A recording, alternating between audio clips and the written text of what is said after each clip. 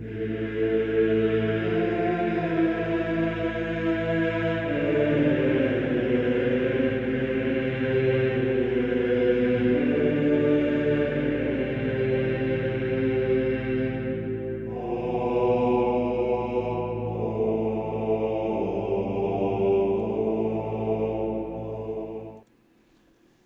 evening, everybody. Welcome back to the Mythgard Academy. This is session 16 of The Name of the Rose.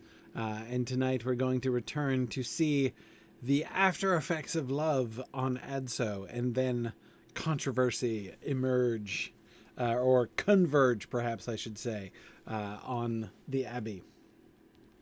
Yeah, isn't this part fun, Jackie? I really, these morning after contemplations by Adso are really interesting, I thought, and a fascinating correspondence to sort of reflection of the Song of Songs stuff that we got in the moment. But quick announcement first, moot reminder. This weekend, indeed in just a few days, on the 22nd of February, we have Sunshine Moot in Orlando, Florida, where we will be discussing and planning a theoretical Muppet Lord of the Rings adaptation, which should be great fun. And then we will be SoCal Moot. SoCal Moot is next. Carlsbad, California. We will be out there on the 15th of March. As always, looking forward to connecting with people there again. Yes, Jocelyn, looking forward to seeing you again there, and Jackie again, and it'll be great fun. And then we'll have Tex Moot again in April. That'll be the next one after SoCal Moot. That'll be the first weekend of April. So that'll be all good fun. Tex Moot, not Tax Moot. It's still a couple weeks before Tax Day. So we actually once had it almost on Tax Day, actually. As I recall, there were jokes about that, like the theme of the Moot should be the Gondorian tax policy. But it's anyway, yeah. Anyhow, all right. I did also want to just look for a moment at the student highlighted space modules that are coming up soon. We've got lots of fun, as always, going on in our space program. We've got Humanities module, Life in the Middle Ages, with Dr. Larry Swain, learning about what living in the Middle Ages was actually like, which I strongly recommend. So many misconceptions out there. Our Creative Writing Workshop.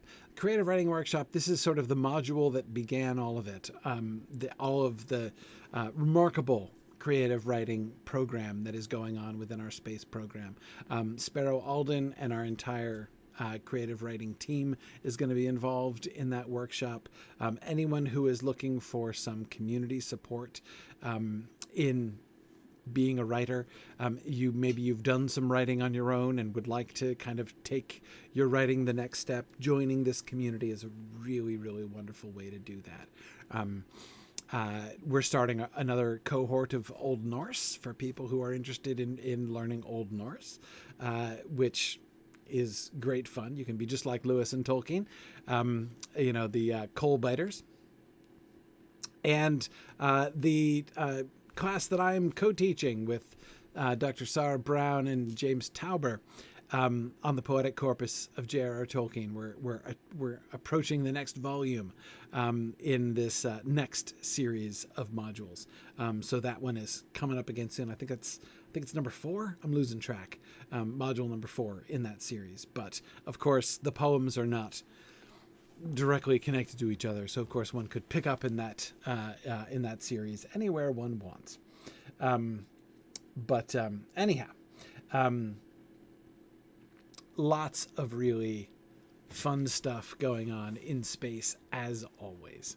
And you can find all of this stuff on blackberry.signumuniversity.org to learn more about our space programming.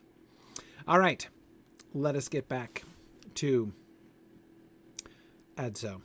So remember, Adso goes out and is walking around the monastery, and he's looking out. I have vowed, aged amanuensis of a text till now unwritten, though for long decades it has spoken in my mind, to be a faithful chronicler, not only out of love for the truth, or the desire, worthy though it be, to instruct my future readers, but also out of a need to free my memory, dried up and weary of visions that have troubled it for a whole lifetime. Therefore, I must tell everything, decently but without shame, and I must say now, and clearly, what I thought then, and almost tried to conceal from myself, walking over the grounds, sometimes breaking into a run, so that I might attribute to the motion of my body the sudden pounding of my heart, or stopping to admire the work of the villeins, that is, the peasants, deluding myself that I was being distracted by such contemplation, breathing the cold air deeply into my lungs, as a man drinks wine to forget fear or sorrow. That's really interesting, Jackie. He does kind of sound like Orwell here. Of course, his posture is much more humble than Orwell's posture as narrator ever was, right? But certainly, there are elements. The way he's pausing to talk about his role as narrator, and in particular that business about needing to free my memory, dried up and weary of visions that have troubled it for a whole lifetime. I bet you that's the part that made you think of Orwell particularly. Yeah.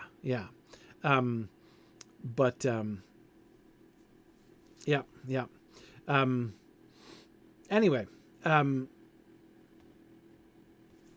okay. Oh, sorry.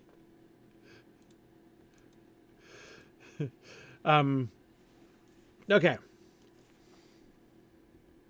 Awesome. Excellent. Now, what is the first thing we get? What is the first thing that we hear? The first thing that we hear is his description of a disjunction between his mind and his body, right? He's aware of his body responding in certain ways, and he is attempting, his body is responding in particular ways, and he's attempting to deceive himself, right? His heart is pounding.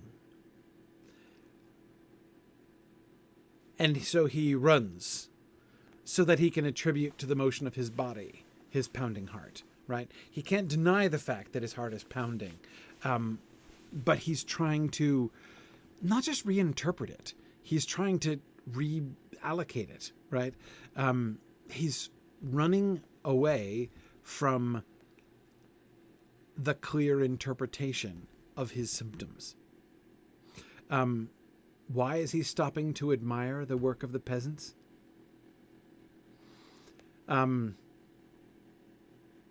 Deluding myself that I was being distracted by such contemplation, right?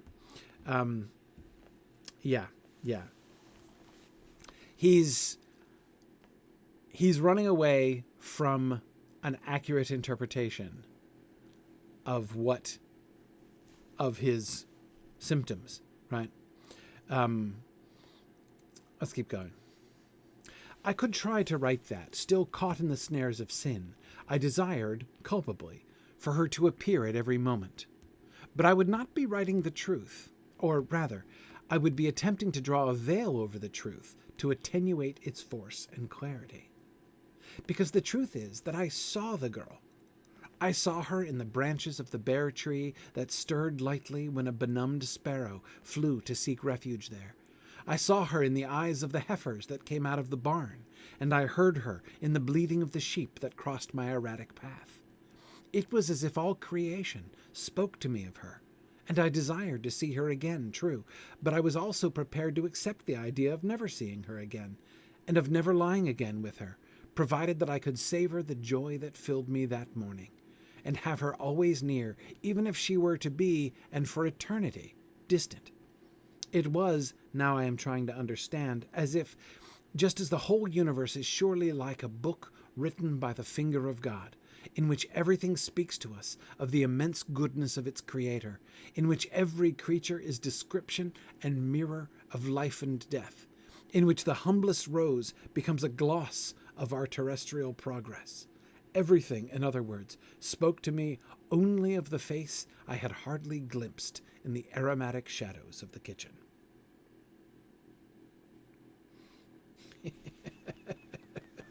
I see Jackie struggling to not quote C.S. Lewis. Yeah. Yes.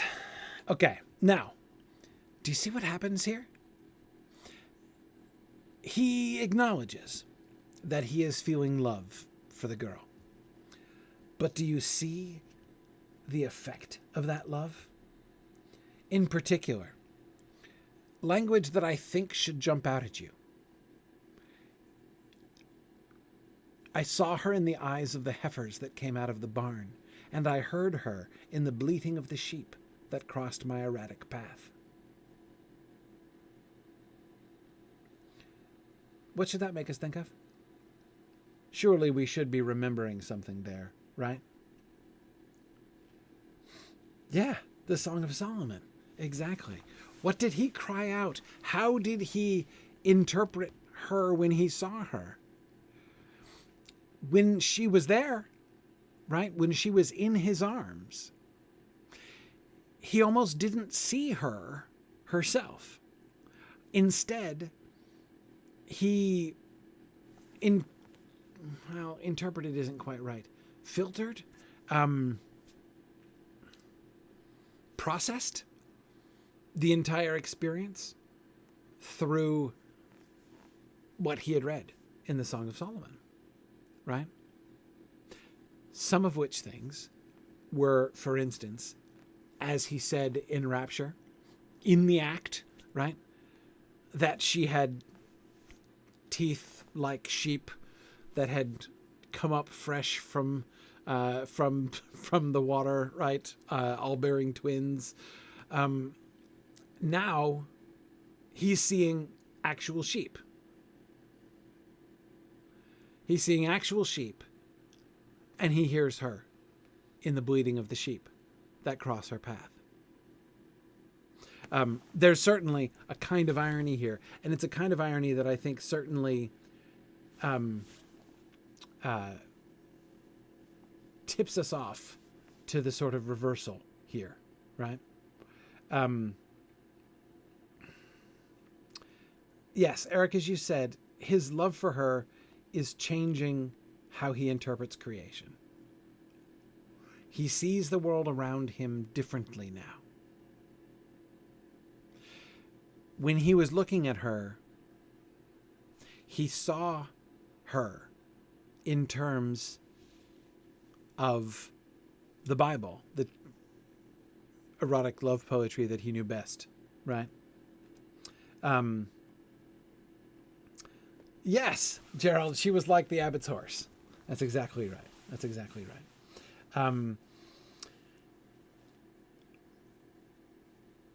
Notice, though, so on the one hand, you could say, right, well, he's in love and the whole world looks beautiful to him as he is, full of this, as he is aglow with this warm feeling and thinking about her. But that's not his language. He says, I saw the girl. I saw her in the branches of the bare tree. I saw her in the eyes of the heifers. I heard her in the bleating of the sheep. It is as if all creation spoke to me of her. And I desired to see her again, true, but I was also prepared to accept the idea of never seeing her again, provided that I could savor the joy that filled me that morning, and have her always near, even if she were to be, and for eternity, distant.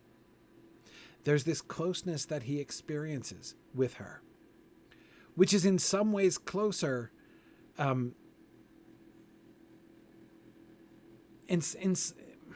in some ways, I want to say closer even than his encounter with her the night before, in one sense. Distant, again, there's the physical and the intellectual closeness, right? But here's the way in which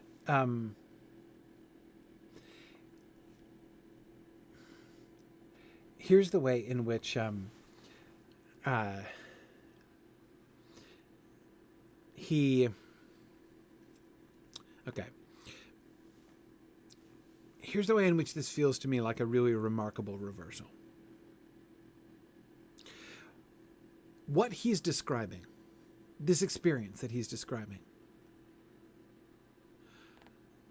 is a very normal one, a very common one in the experience of medieval contemplatives, right? If you were a medieval contemplative, you were a hermit or a nun or something like that, and you are looking out upon the world like this, you were looking out upon the beauty of the trees and the animals and the birds around you, you might very well say,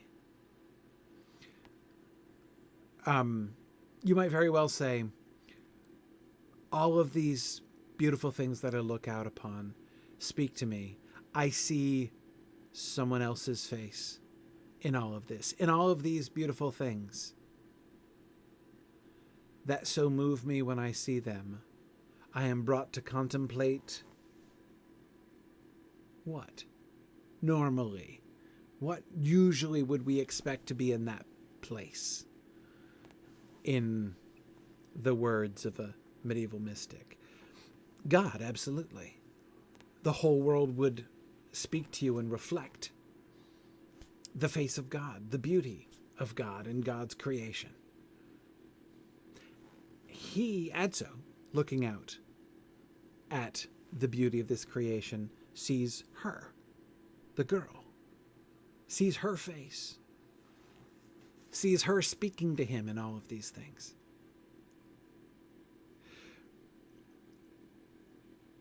When he encountered her the night before, his words for that were the words of the Song of Solomon. The Song of Solomon, which was universally understood in the Middle Ages to be speaking of the union between God and his people, between Christ and the church.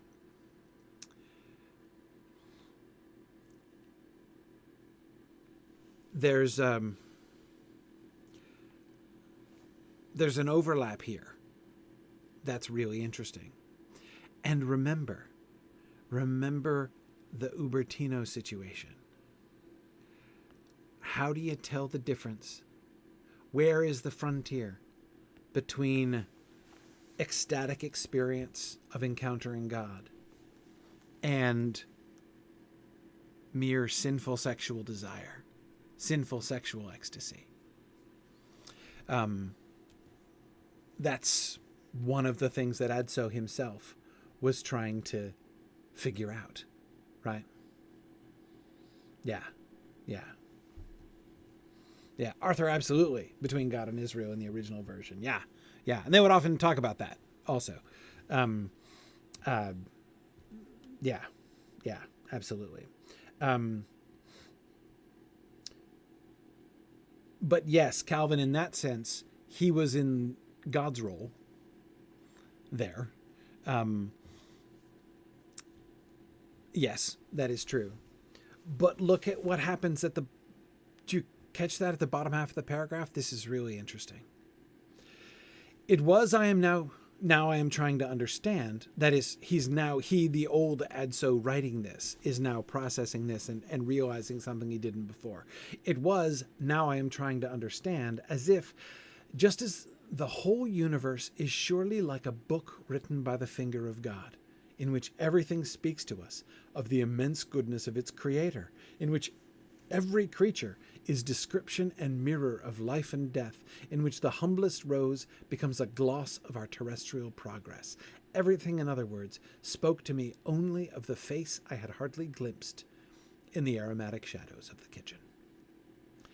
Now, this doctrine that God wrote 2 books is very common and discussed quite a bit in the Middle Ages. God wrote 2 books, right? There's the Bible. The Bible is one book that God wrote. Nature itself, the world, even history, the world creation is God's other book, right?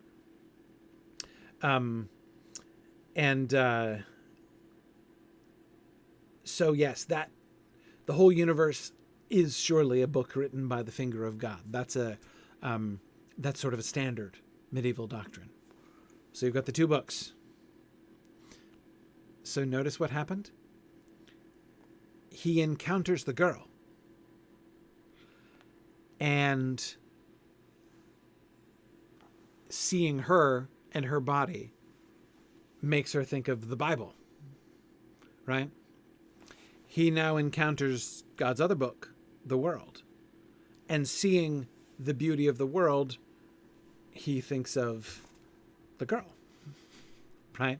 See the sort of circle, sort of reversal there that's going on. And everything speaks to us of the immense goodness of its creator. He is not going so far as to claim that his sexual encounter with the girl was a good or admirable thing. He does acknowledge much more the morning afterwards than the night before, that it was a sinful thing to have done. And he knows that he should repent of the sexual desire part of it. And yet, the way that these 2 things are interwoven together, the way that God and the girl are interwoven together, it's hard for him to separate the 2 of them. And he does not seem to reject this thing. That is, he comes in the end to praise the immense goodness of its creator, the universe's creator. And it is his love for the girl, his seeing the face of the girl in the beauty of nature, which leads him to seeing the immense goodness of the creator. That it's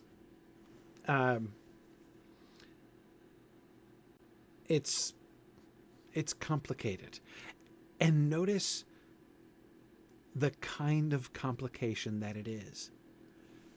You could have 2 people who would look at this quite differently. If Adso were explaining this to them, if they were reading this book, right? I doubt, what's his face? Jorge would have many good things to say about this if he read this passage that Adso had just written, which probably he wouldn't, as he was already very old now, and Adso wrote this many years later. But still, Jorge would probably not like it and would say that it was sinful or even heretical, that he is putting this girl and his fleshly desires in the place of God. And that he is, especially somebody, a monk or whatever, one of the many people who assume that all women are instruments of the devil, right, would condemn this experience as a not only sinful in itself, but leading him astray, leading him even towards idolatry.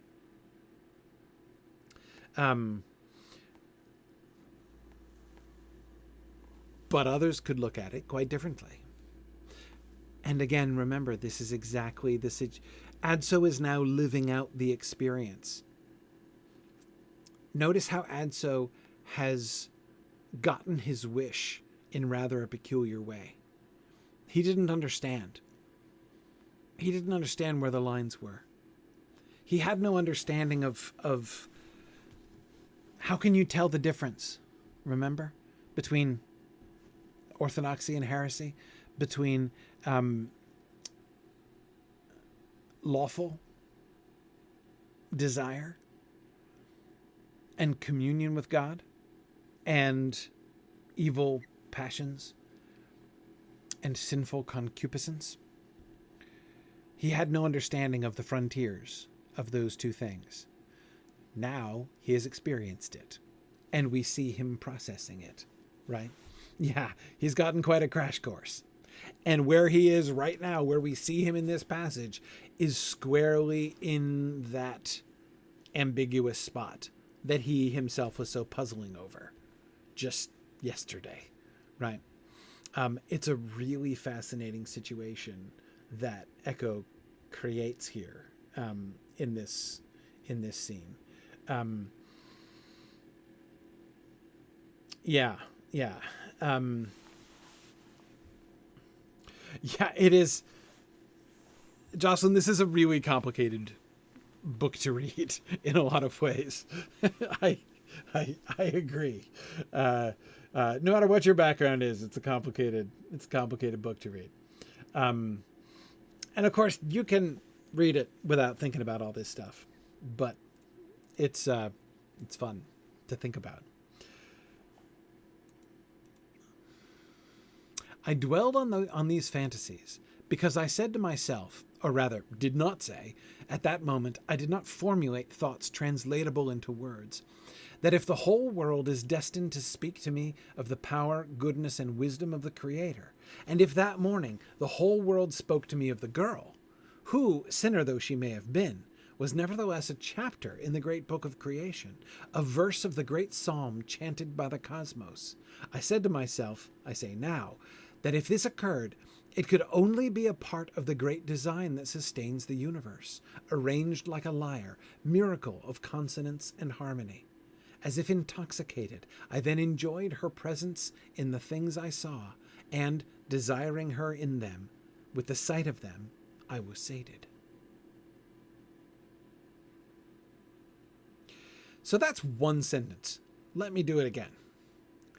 I dwelled on these fantasies because I said to myself, or rather did not say, at that moment I did not formulate thoughts translatable into words, that if the whole world is destined to speak to me of the power, goodness, and wisdom of the Creator, and if in that morning the whole world spoke to me of the girl.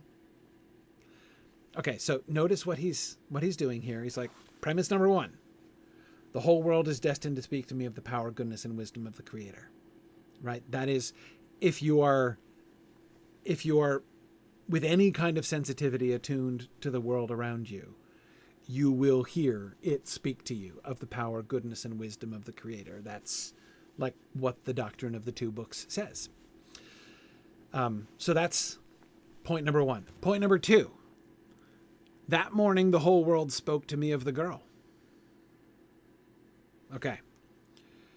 So this could mean one of two things. Either his sinful carnal desire from the girl is pulling him away from contemplation of the Creator, that in place of the Creator is being placed an idolatrous object of worship, sinful worship, right? That's one way of looking at it, right? Potentially, but he definitely doesn't feel that way, as he goes on to qualify. Who, sinner though she may have been, was nevertheless a chapter in the great book of creation. She also is part of the book. She is one of these things that the Creator has made. She is a verse of the great psalm chanted by the cosmos. So, in that case, it could only be a part of the great design that sustains the universe. That is this experience that he's having today. if he attributes the whole world speaking to him of the girl who is herself a part of this book, which is directing him towards the creator. He sees this as part of the pattern. Again, easy to, you could preach a really alarming hellfire sermon about this to Adso if you wanted to. That'd be easy to do. I was just kind of laying it out, right? Idolatry and all that sort of thing, right?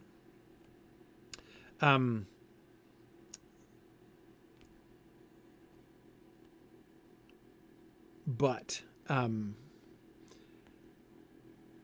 the great design that sustains the universe, arranged like a lyre, the musical instrument, miracle of consonance and harmony.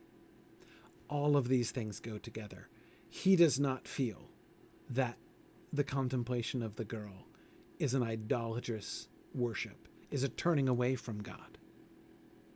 He feels the entire experience to be drawing him towards God.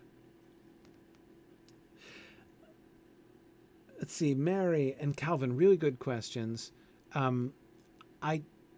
We, the readers, have been addressed by Adso, but I don't think he has stated, I don't recall, it's been a while now, I don't recall him stating an explicit target audience or assumed audience, other than that,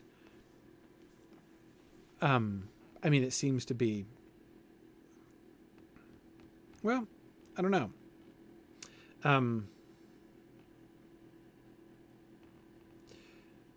Yeah. Oh, the,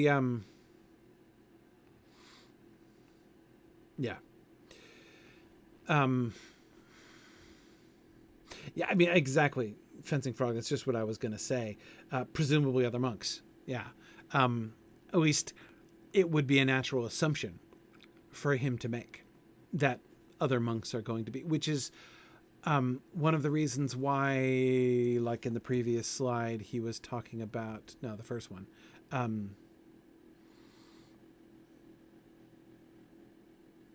talking about the desire to instruct my future readers. That element of instruction does suggest that he's imagining this book being read by those who follow after him, younger monks who might benefit from his instruction. All right, JJ, thank you. JJ was just quoting it. Yeah, he talks about being in milk, of course, and leaving the parchment. Those who will come after, if the Antichrist has not come first. Yeah. So it's a little vague. It's a little vague. He doesn't cite a specific audience, but certainly if it would seem natural that he might assume it would be mostly monks who would come after him. But yeah. Anyway, last thing I want to draw attention to here. So one thing I think that we can see, Adso seems to be kind of embracing the ambiguity, right? Because he's experiencing the ambiguity. And this strikes me as, at least at this point, the end point of Adso's rather frantic search for truth. He's found in his own experience that it's more complicated than he understood, and now he understands it. And notice, very importantly, that little parenthetical at the beginning of this passage. I dwelled on these fantasies because I said to myself, or rather, I did not say. At that moment, I did not formulate thoughts translatable into words. He is now trying to put it into words after the fact, but at that moment, what he has is just an untranslatable experience that embraces all of these things at once. His experience of love, his experience of desire, the girl and God, and all of these things together. All of them are in this one untranslatable experience, right? And that seems to me important. There are no... This sense, which he's now trying to explain, was a thing to which there were no signs that could point. Remember how we've been seeing how Adso has been himself recognizing that, you remember the same words used to describe one guy being burned at the stake and also his sexual experience and him being a little uncomfortable with that. Remember the uncomfortable tripod, right? What he's realizing is there are things that signs can't capture everything. Part of the problem in trying to hash it out, as he's been trying to hash it out, right? So I need somebody to explain to me what is what and which is which. But when you use words, when you use signs, when you translate the things into words, you have to, the inadequacy of that becomes clear. And I think that's one of the things that we were seeing in the uncomfortable tripod, right? Of sex, divine experience, and martyrdom or death. Yeah. And so at the time, he has now in this moment come to this wordless experience of sort of where these things all come together. Having an experience which is multiple things at once. And it's multiple things at once and therefore not definable by any of them.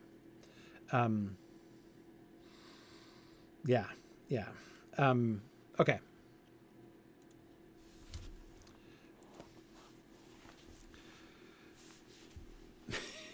He then launches off and is contemplating the animals.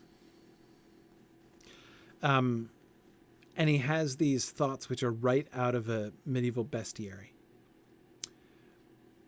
The perfect animal among animals, with superior gifts of perception, the dog recognizes its master and is trained to hunt wild animals in the forests, to guard flocks against wolves. It protects the master's house and his children, and sometimes in its office of defense it is killed.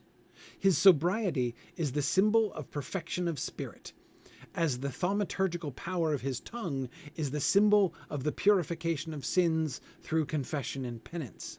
But the dog's returning to his vomit is also a sign that, after confession, we return to the same sins as before, and this moral was very useful to me that morning to admonish my heart as I admired the wonders of nature. Do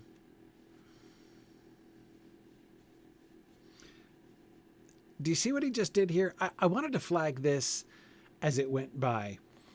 Not just because this is a sort of a funny moment. And if you've never read any of a medieval bestiary, I recommend you do. They're fun. And they all sound rather like this. Of course, dogs' tongues have thaumaturgical power. Everybody knows that. That is to say, they heal. So it's, there's a virtue in the tongues of dogs to heal wounds. Everybody knows that. But you'll see where he goes with this, right? He starts off describing what dogs do, and then notice what happens. The thaumaturgical power of his tongue is the symbol of the purification of sins through confession and penance. But the dog's returning to his vomit is also a sign that after confession, we return to the same sins as before. And this moral was very useful to me that morning to admonish my heart as I admired the wonders of nature. He sees a dog and is made to think of these things. And that was a very useful moral to him, because he remembered about the dog returning to its own vomit again, which is in Proverbs. And so he is not going to return to his own fleshly thoughts of the night before. Right?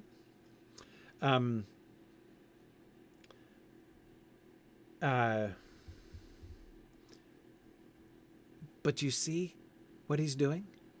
He's doing what they always do in medieval bestiaries. That is, it's signs and things again. But do you see the twist? Do you see the twist here? What he's looking at is not a sign. It's a dog. Like it's an actual dog. But the dogs themselves are signs of things. That is, it's a dog, but it has a meaning. A meaning has been attached to it. Now, the meaning comes from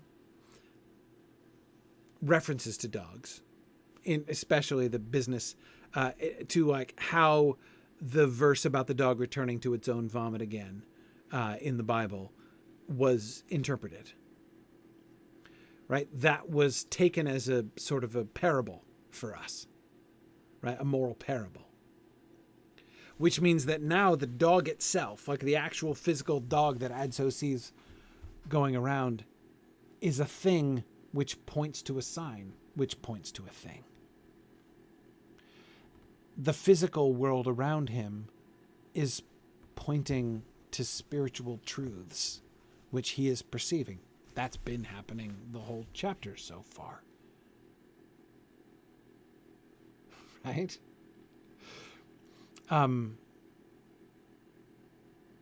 This method of investing all of the things in the world around you with meaning is an important part of the way that medieval people thought. Nothing merely is. It all points to something higher. It all points to something greater. And of course it does. And of course it should. Why? Do you see why? Because God wrote that book. All the world is a book that God has written. So everything is a sign. Everything is an utterance of God. Something that God spoke into being.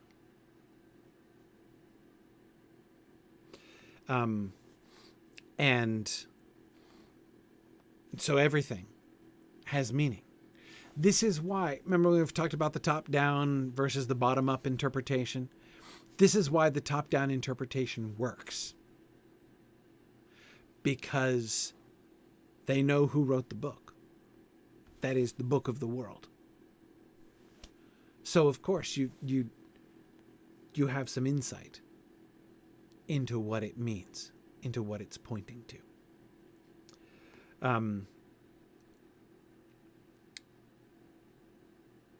This sounds funny, but this is not fundamentally different than what he was doing with the heifers and the sheep a minute ago, right? Okay. Brother William suddenly has all of the spectacles in Italy, right? As his old spectacles are found right before the new spectacles arrive, and he very tactfully says that he prefers the new spectacles. And he immediately goes to translate things. Jackie says, is that also a sign? But see, Jackie, everything is a sign. That's the thing. You might not know what it means, right? Some people are better than others at interpreting these kinds of signs, right? But that's how many of the Inquisitors work. That's how many saints work, right? It can be done well, it can be done badly, but that is what that all points to, right? Yeah. All the world is a book, and we know who wrote it. And we know why. Well, at least based on that other book that he wrote. And remember that passage, well, remembering ahead from here a few chapters, about books talking to each other. Of course, God's two books talk to each other too, right? So we can know how to interpret the book around us, right? Because we have read the other book. We've read the Bible. Again, this is what activates that top-down interpretation, where you begin knowing what it means, and then that enables you to, that gives you the key to interpret the things that are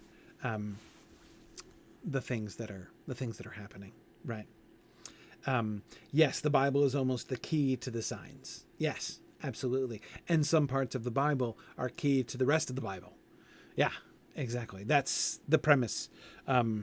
It's really quite a sensible premise, actually. I'm not saying I agree with all of its applications, but that Augustine wrote taught in that book I've mentioned before, De Doctrina Christiana, on Christian teaching, the sort of handbook for Bible interpretation. His premise there, the sensible premise that I was just referring to, is that there are some parts of the Bible that are dark, as they would have said, difficult to understand. And there are other parts that are quite clear. And so what you do is you take the clear parts and you use those to help you understand the dark parts. That's quite a sensible approach, actually. So an example or the cornerstone example that he gave, is there's an admirable interpretive key that we can find in the New Testament, right? Jesus says what all the law and the prophets comes down to, right? Love the Lord God with all your heart, mind, soul, and strength, and love your neighbor as yourself. There it is. There it is. So that's the, there's your key, right? There's your key. All the law and the prophets say that, right? So use that to help you understand. And that's the kind of core principle of what he does in De Doctrina Christiana. And then he immediately launches into the illustration of the very passage of the Song of Solomon that Adso was crying out in Medius Res there. Sorry, Jocelyn, the admirable key in the New Testament is where Jesus says that all of the law and the prophets are bound up in two simple things. Love the Lord God with all your heart, mind, soul, and strength, and love your neighbor as yourself. That's it. That's the key. Anyway, that's the key that St. Augustine points to in De Doctrina Christiana. Anyhow, okay.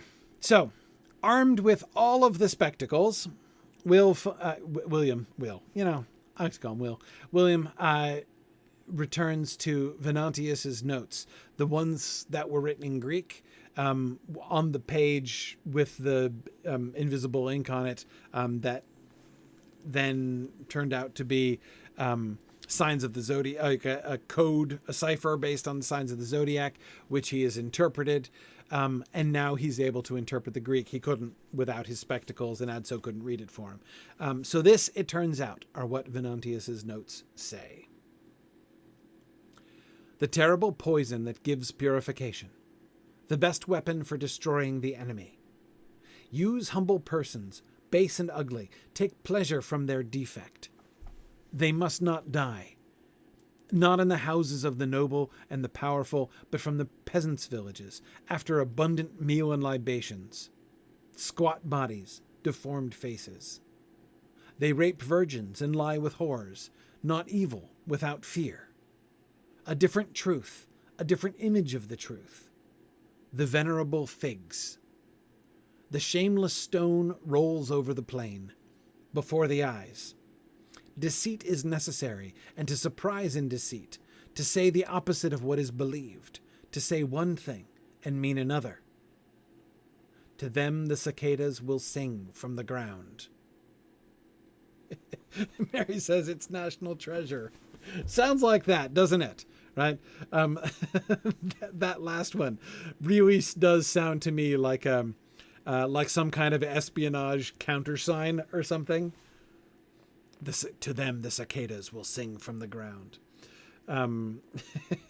Yeah.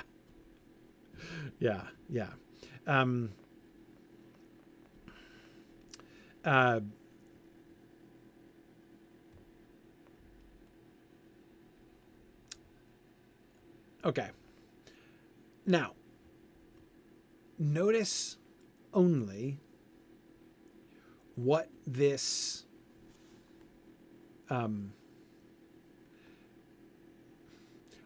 provides.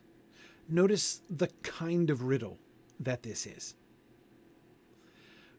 These are all signs, words, phrases that point to something unknown.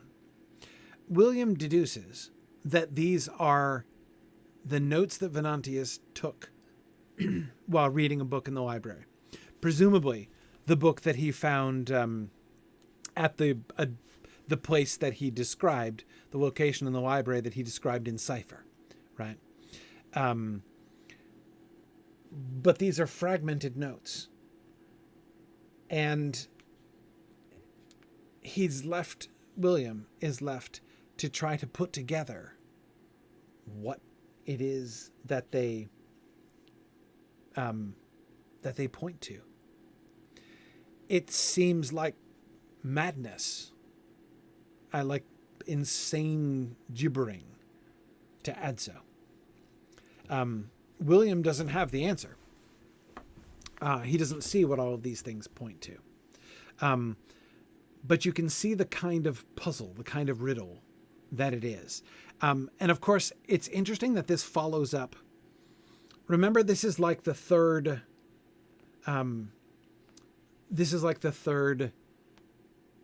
layer of puzzle. The first puzzle was the invisible ink, right? The finding of the signs that were there but not visible. And then once you found the signs, they turned out to be in cipher. So then you had to decode the cipher. And now you're able to read the notes that he was taking in Greek. The notes that he was taking in Greek, and try to work backwards from that to understand what was the book. The Venerable Figs. I don't know if it'd be a good band name, Calvin. I was thinking it would be a very good pub trivia team name, though. The Venerable Figs. That's the main thing that I was thinking of there.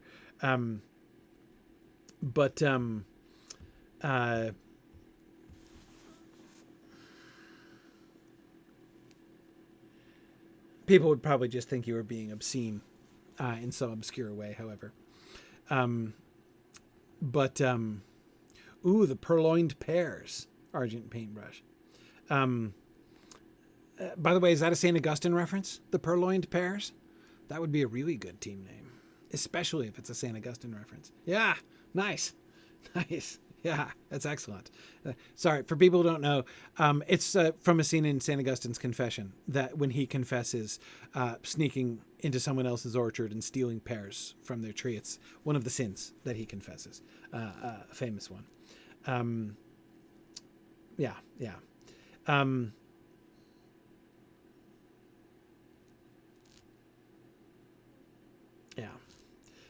Yes, it is true that obscure obscenity is very often the point of pub team names, which is why I'm sure everyone would think that if you called yourselves the Venerable Figs. Anyway, okay. How can one piece this together? Adso immediately dismisses it as nonsense. William doesn't, but he doesn't understand it. What can we do with this? What is possible to be done with this? How can you draw any conclusions from this?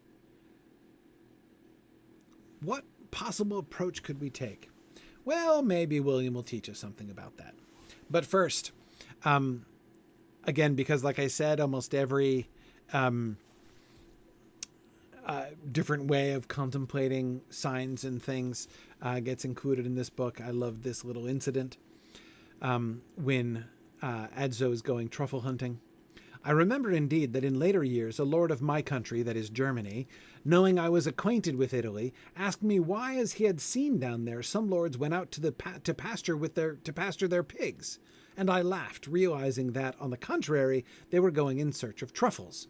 But when I told him that these lords hoped to find the truffle underground to eat it, he thought I said they were seeking der Teufel, the devil, and he blessed himself devoutly, looking at me in amazement. Then the misunderstanding was cleared up, and we both laughed at it. Such is the magic of human languages, that by human accord often the same sounds mean different things. Yes, very funny that truffle and der Teufel, the devil, sound so very similar, and it creates a funny mistake in the conversation with his German countrymen, right?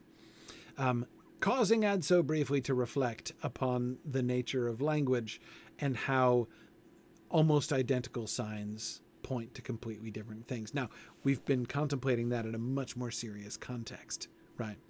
But, Maureen, you are exactly thinking in the right direction. Truffle hunting seems symbolic in itself.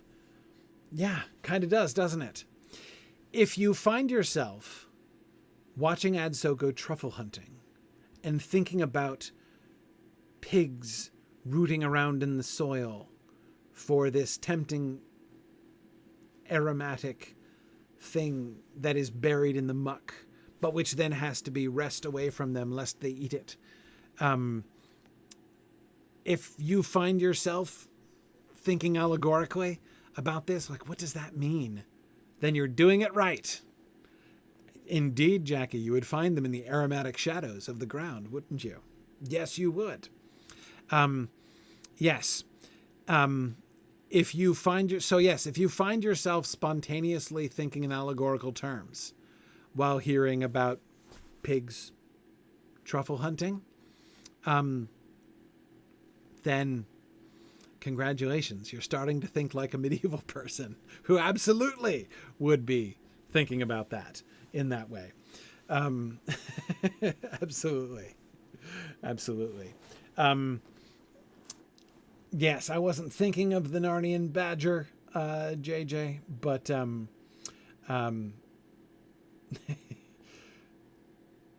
see, yeah.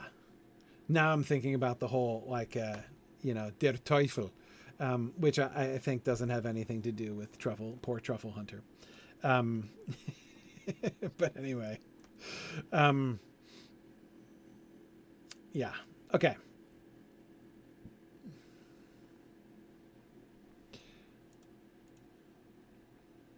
Remember Venantius's notes.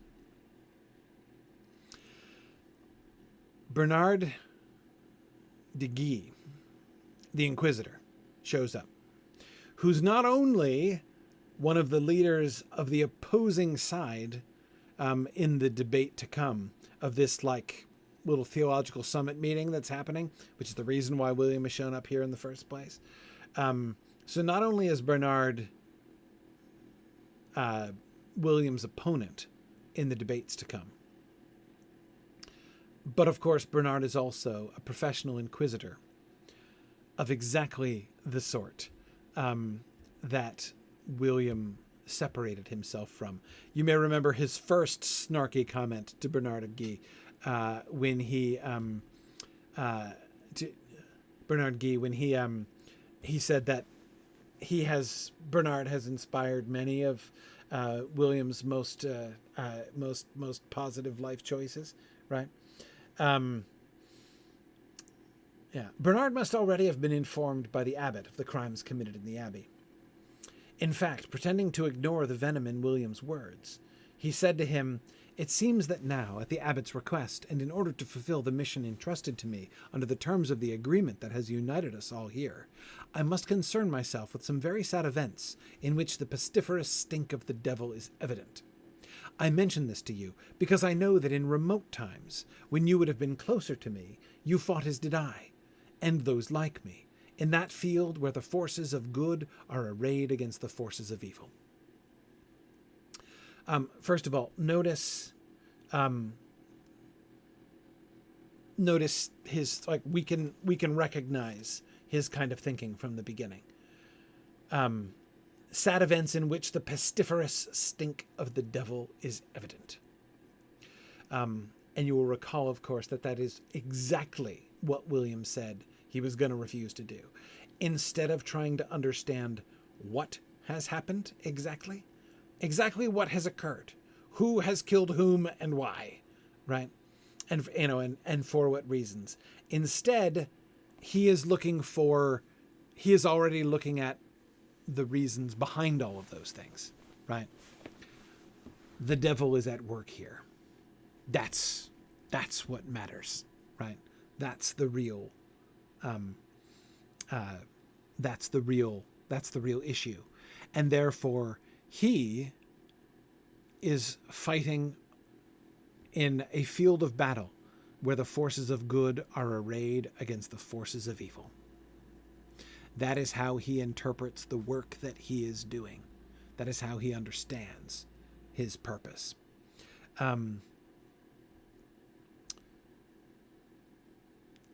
True, William said calmly, but then I went over to the other side.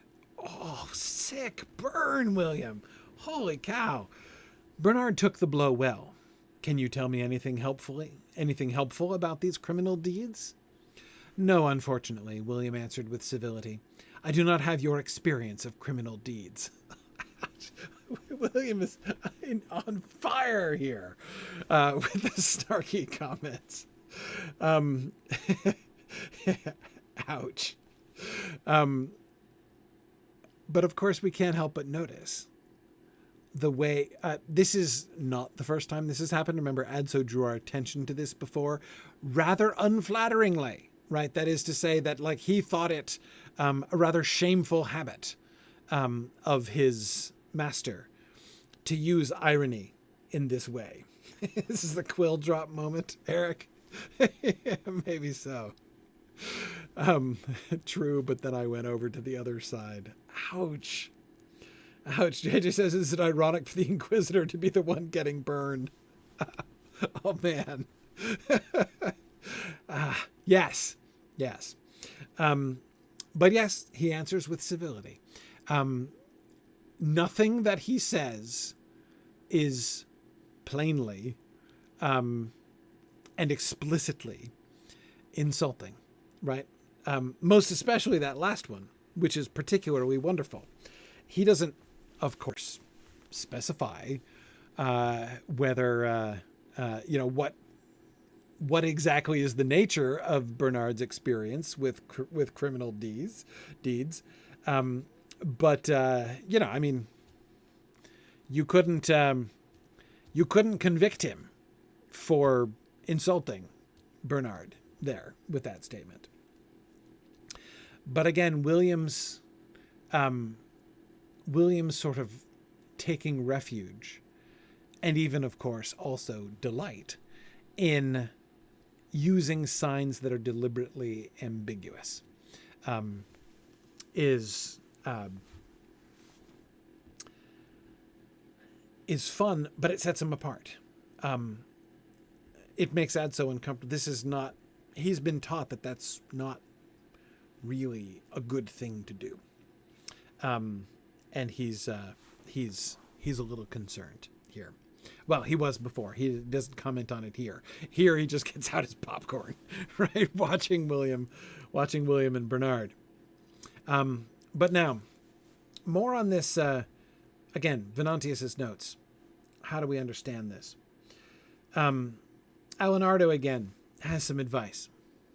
You see, boy, he said, the other corpse also lay where the book announced it would be. Now wait for the fourth trumpet. I asked him why he thought the key to the sequence of crimes lay in the Book of Revelation. He looked at me amazed. The Book of John offers the key to everything. And he added with a grimace of bitterness, I knew it. I've been saying as much for a long time. I was the one, to suggest to the abbot, the one we had then, to collect as many commentaries on the apocalypse as possible. It's like a life hack from Alenardo, right? Collect as many commentaries on the apocalypse as possible, because the better you understand the Book of Revelation, the better you'll understand everything. Right? And there you are, Maureen. Exactly. It's another key. To Alenardo, this is the key. The apocalypse is the key to everything. I mean, he literally says that. The Book of John offers the key to everything. It's all in the book. It's all in the apocalypse, right? What do they teach these young novices these days? It's all very simple to know how to interpret things. Except Adso doesn't have any key to Venantius's notes, right?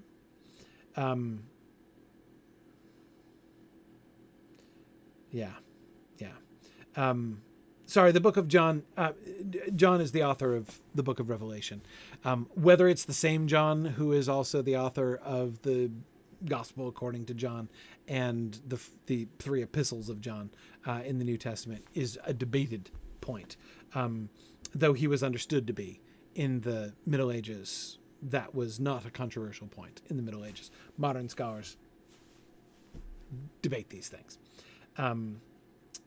But yeah, that's so when he talks about the Book of John, he's referring to the Revelation.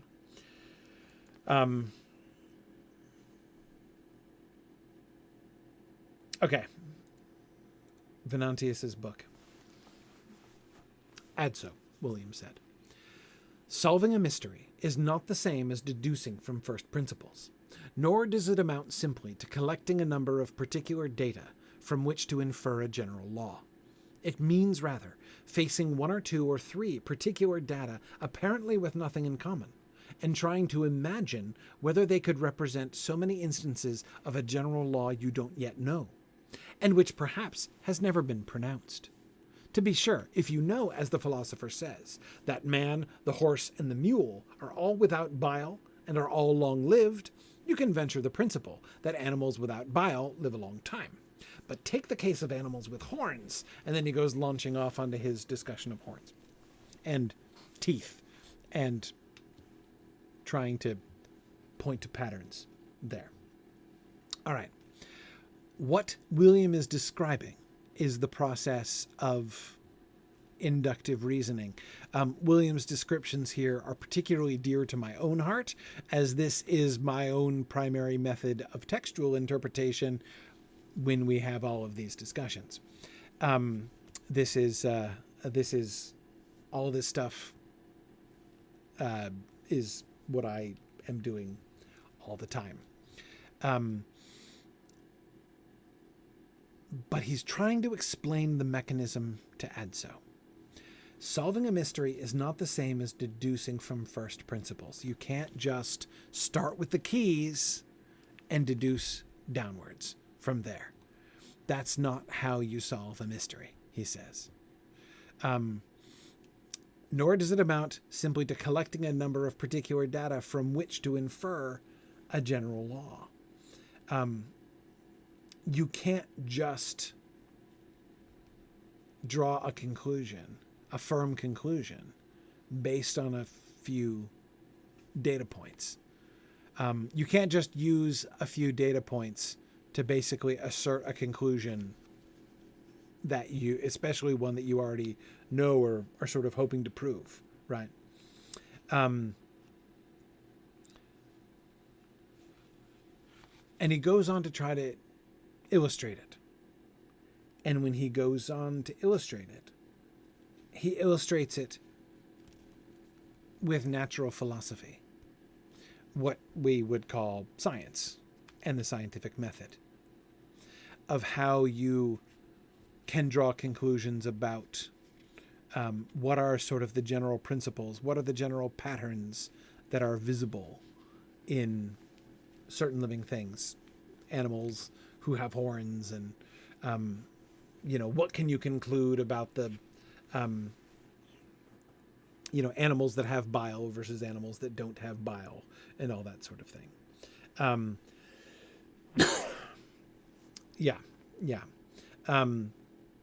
Keeps going. I was trying to tell you that the search for explicative laws in natural facts proceeds in a tortuous fashion. So how can you draw inductive conclusions? How does it work? What's the secret? What's the method? And by the way, I can tell you from lots of experience, this is very hard to explain. Very hard to explain. In the face of some inexplicable facts, you must try to imagine many general laws whose connection with your facts escapes you. Then suddenly, in the unexpected connection of a result, a specific situation, and one of those laws, you perceive a line of reasoning that seems more convincing than the others. You try applying it to all similar cases, to use it for making predictions, and you discover that your intuition was right. But until you reach the end, you will never know which predicates to introduce into your reasoning and which to omit. And this is what I am doing now. I line up so many disjointed elements, and I venture some hypotheses. I have to venture many, and many of them are so absurd that I would be ashamed to tell them to you. Oh yeah, Jocelyn, everybody knows about the bodily humors at this time. Shakespeare still believed in them all just the same. Very little has changed scientifically by the late 16th century. So, yep. And I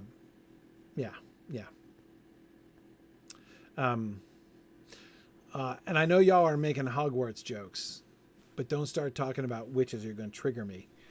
I get triggered. I get triggered by people talking about the Middle Ages and witch hunts, because that was not a medieval hobby. That was a Renaissance hobby. I mean, everybody knows that witches are real in the Middle Ages, but we don't go hunting for them. That becomes a popular sport in the Renaissance, not in the Middle Ages. But anyway, and I know you're making Hogwarts jokes and Monty Python references. Totally understand. But anyway, okay.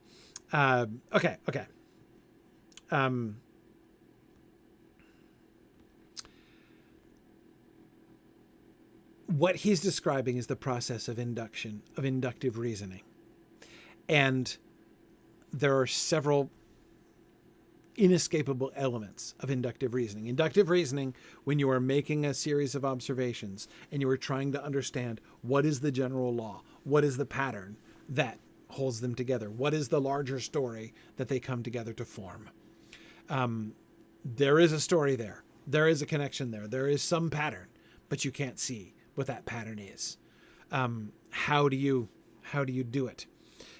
He describes the intuition, right? You consider lots of different possible patterns and things, and then in one connection, you perceive a line of reasoning that seems more convincing than the other. Some description, some general law, some pattern seems to fit the data better than others. So then you test it. You try applying it to all similar cases. You collect other data, right? And see if that answer, that pattern, will also fit the other data as well. You use it for making predictions, right? I would predict, based on this pattern, I would predict that we would find this data point over there if I looked. And then you go look to see if you find it there, right? Again, scientific process. Right, scientific process. It is also the literary interpretive process that I've been using and teaching for many years. But the uncomfortable things about it are you can't be certain about it. Its conclusions are always uncertain because there's always more data that you don't have. You can never have all the data. And so it's possible that if you had all the data, you would see a different pattern, or you would see something that disproves the pattern or the general law that you are pointing at, right? That you're coming to. So there's a sort of humility involved in that. In fact, habitually, like deep down, the opposite process to the top-down interpretive approach, where you have the key, right? You know with sublime certainty what the answer is because you've got the key. You're starting with the answer. And you know the pattern, and all you have to do is just figure out how these points fit into the pattern that you already know to be the case, right? But when you're doing induction, you have to have, if you want to do it well, you have to have humility in the face of the data, right?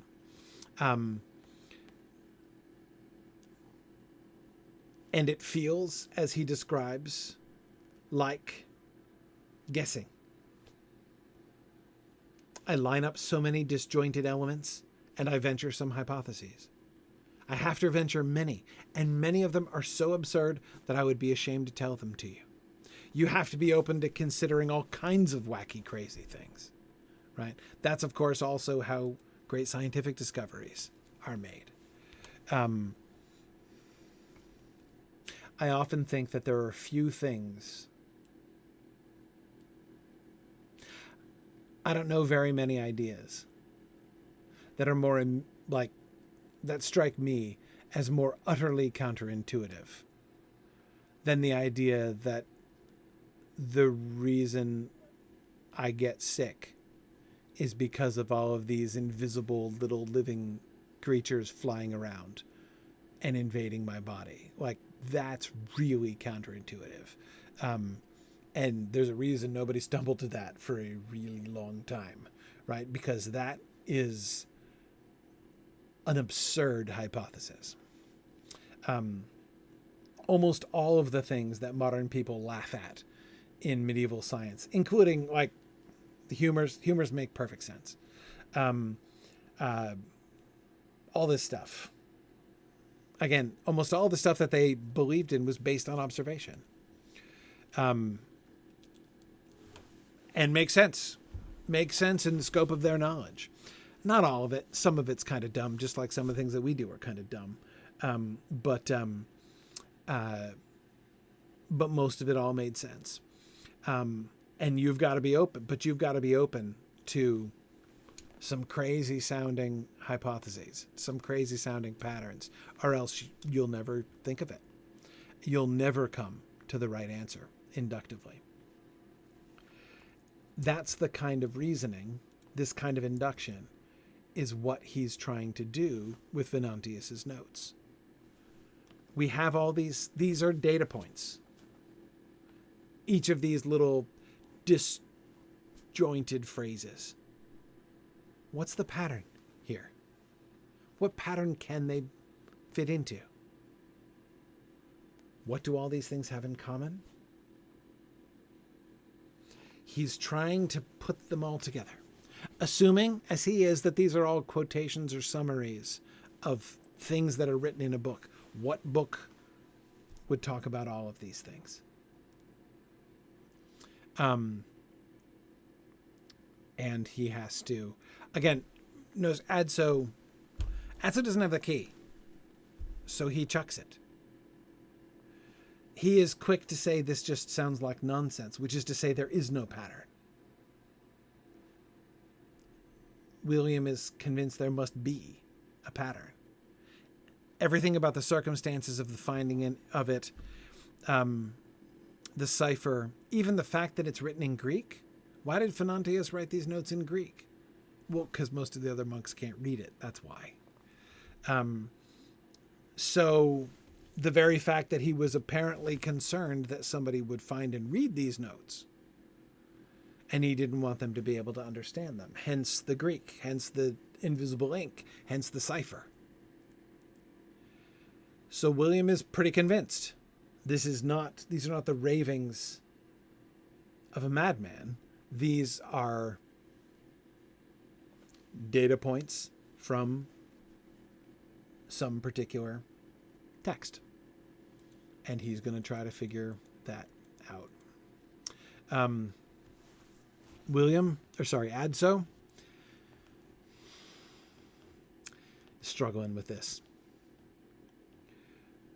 But then I ventured to remark, "You are still far from the solution." "I am very close to one," William said, "but I don't know which." "Therefore, you don't have a single answer to your questions?" "Adso, if I did, I would teach theology in Paris." "In Paris, do they always have the true answer?" "Never," William said, "but they are very sure of their errors." "And you," I said with childish impertinence, "never commit errors?" "Often," he answered, "but instead of conceiving only one, I imagine many, so I become the slave of none."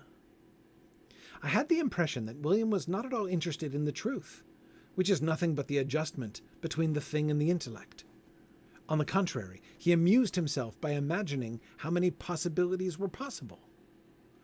At that moment, I confess, I despaired of my master and caught myself thinking, "Good thing the Inquisitor has come." I was on the side of that thirst for truth that inspired Bernard Guy. Sorry, no, I wasn't skipping. I had gone backwards and I was going forwards again. I had flipped back to Venantius' slide and then I came forward. We had already talked about the ones I skipped.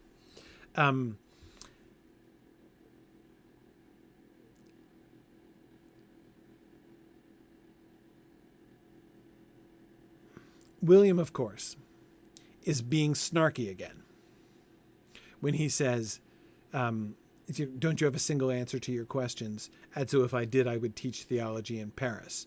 He says, meaning nothing good by that, right? Do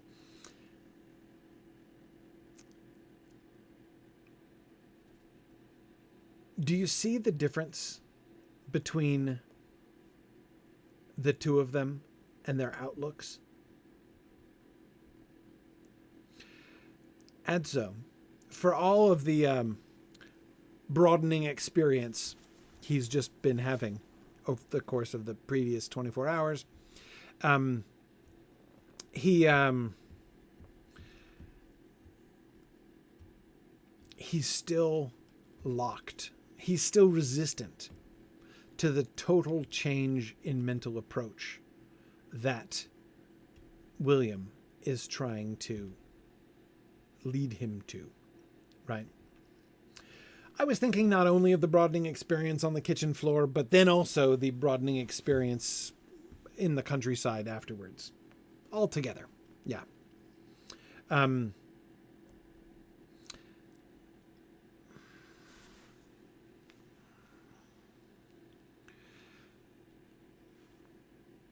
Adso will not hear of William's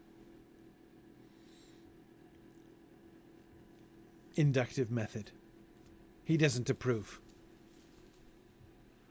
Right?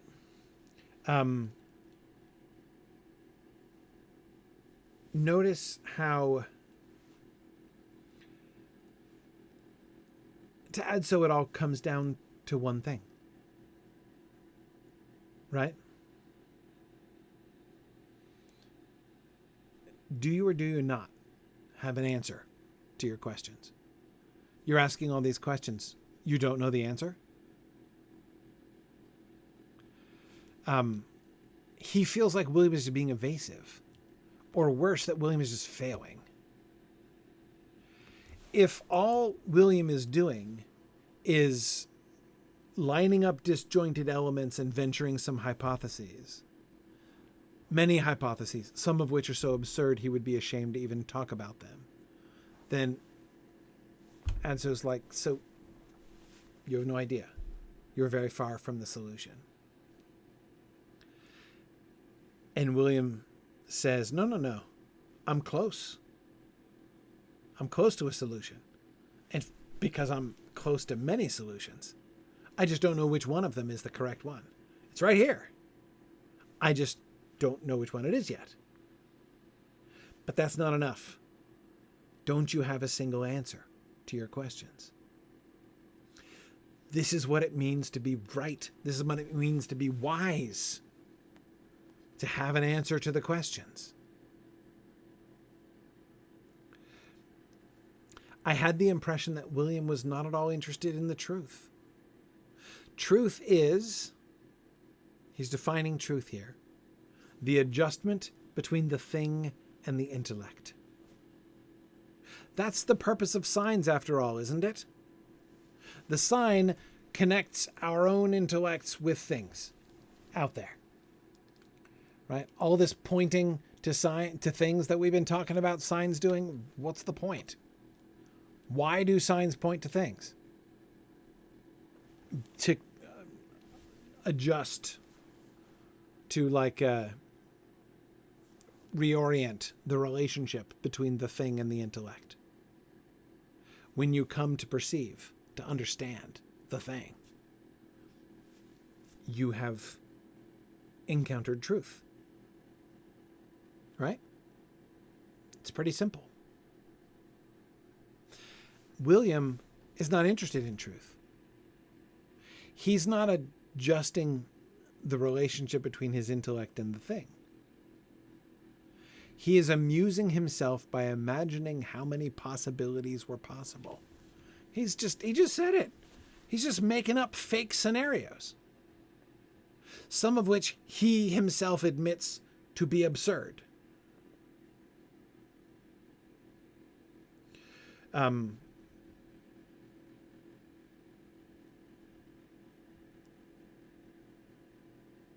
That has nothing to do with reality.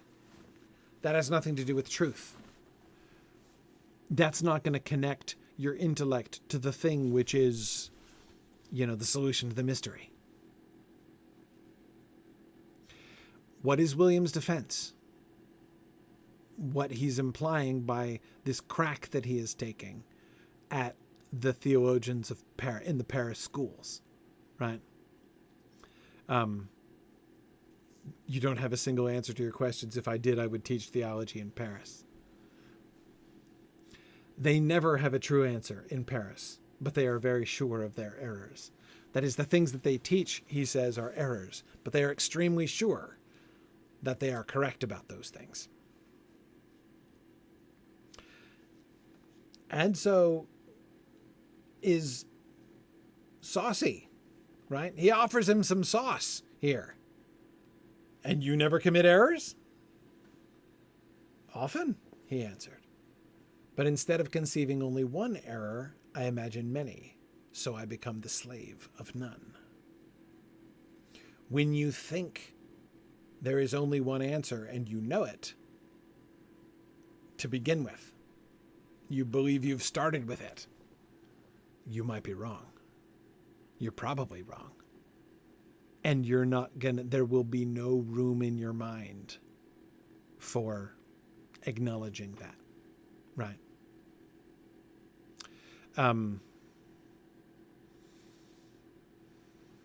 Yeah. Because you know the right answer. You know how the thing ought to be interpreted. Because you have the key. I am tempted, though I only do it indirectly, to allude back to the modern political application of this principle, and how easy it is to see illustrated with an event that occurs and people on both sides of the current political debates asserting what a plain illustration this event is of the truth which they already believe and have been asserting very loudly for weeks and months and years, right? And again, true, equally true in both directions. It's the application of I have the key. I have the interpretive key. And anything that happens that key can be applied to it. And the explanation becomes obvious. But if, as William says, you entertain many possible errors, you become the slave of none of them, because you don't believe that you don't assume that you are correct. That humility that I was talking about before.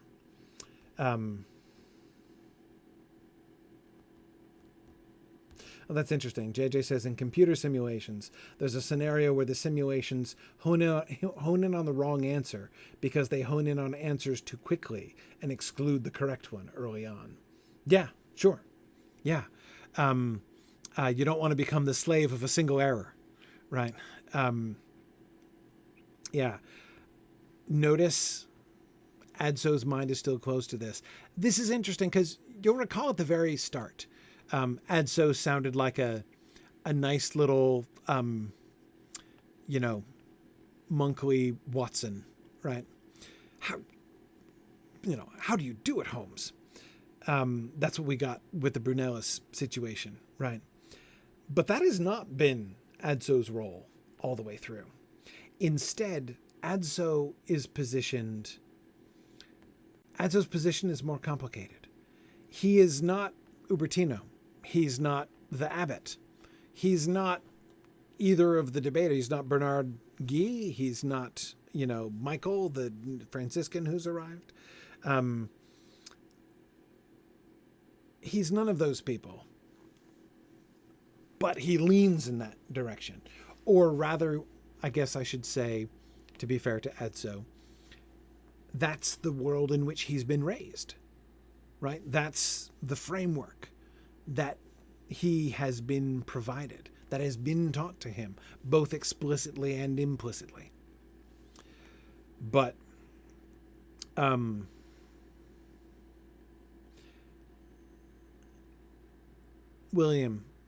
William is trying to teach him is deeply unusual, deeply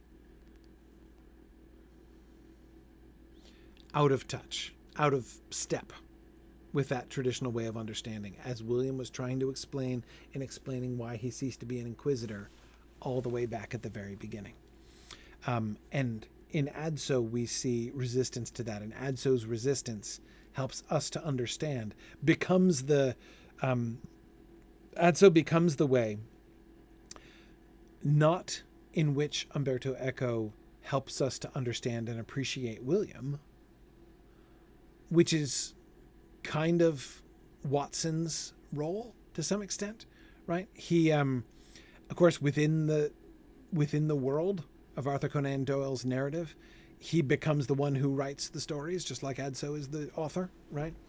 But that is, he is literally transmitting Holmes's, actions and interpretations to the people, right?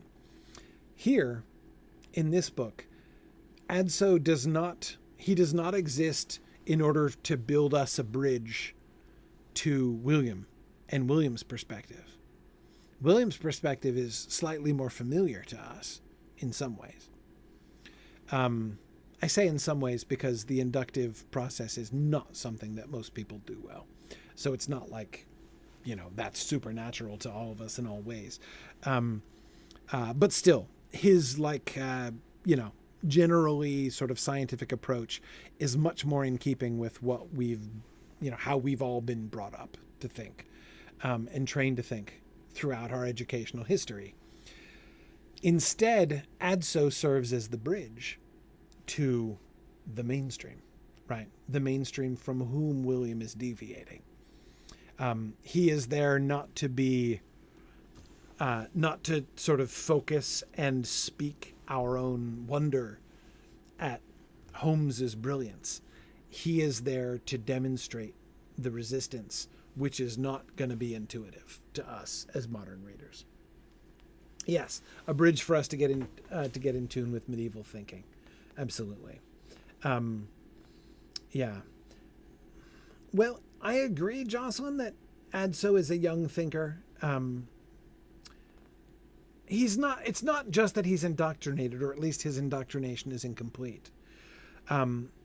But the kind of black and white thinking is one of the ways in which he's been trained as well.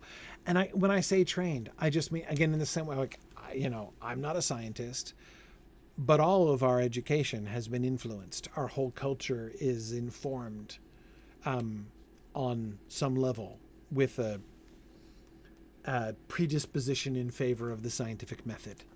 That's just something that we absorb in our culture.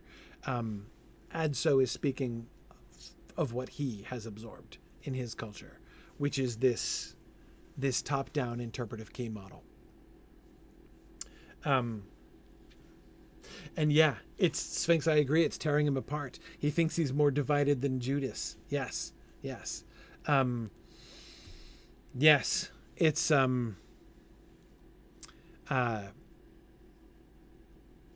Adso's in a difficult place.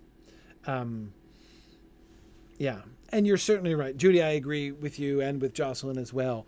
One of the things that Echo accomplishes by having Adso be young, be a teenager like he is yes, channeling that, Judy, what you're describing, wanting answers to be good or bad, true or false. Yeah. Yeah. Therefore you don't have a single answer is like a question, a thing that I could imagine myself saying all day long when I was 15. Yeah.